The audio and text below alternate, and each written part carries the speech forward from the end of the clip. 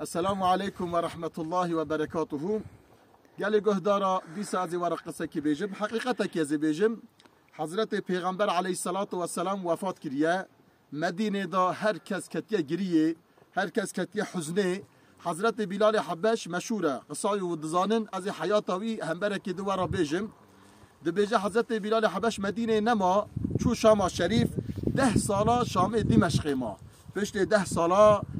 پیغمبر هاتا خوناوی گوی ای بلال تبیریا ما نکریه حضرت بلال بوی خونی هاتا مدینه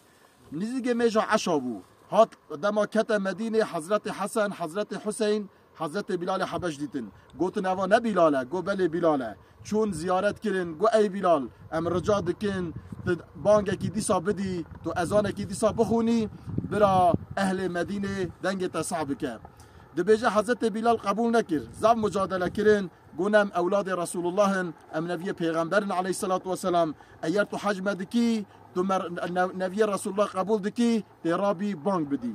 حضرت بلال حبش رابو بانگ دا دما بانگ دست بکر اهل مدینه گو والله رسول الله علیه الصلاة والسلام دیسا قبر خود کتیه دیسا هاتیه مدینه چونکی بلال حبش باند دم تابی ملت به هوار بگیری دور مسجد پیغمبر توپو حضرت بلال حبشی الله اکبر الله اکبر الله اکبر الله اکبر اشهد ان لا اله الا الله اشهد ان لا اله الا الله حتی به در خوانده بو دما گو اشهد ان محمدا رسول الله سر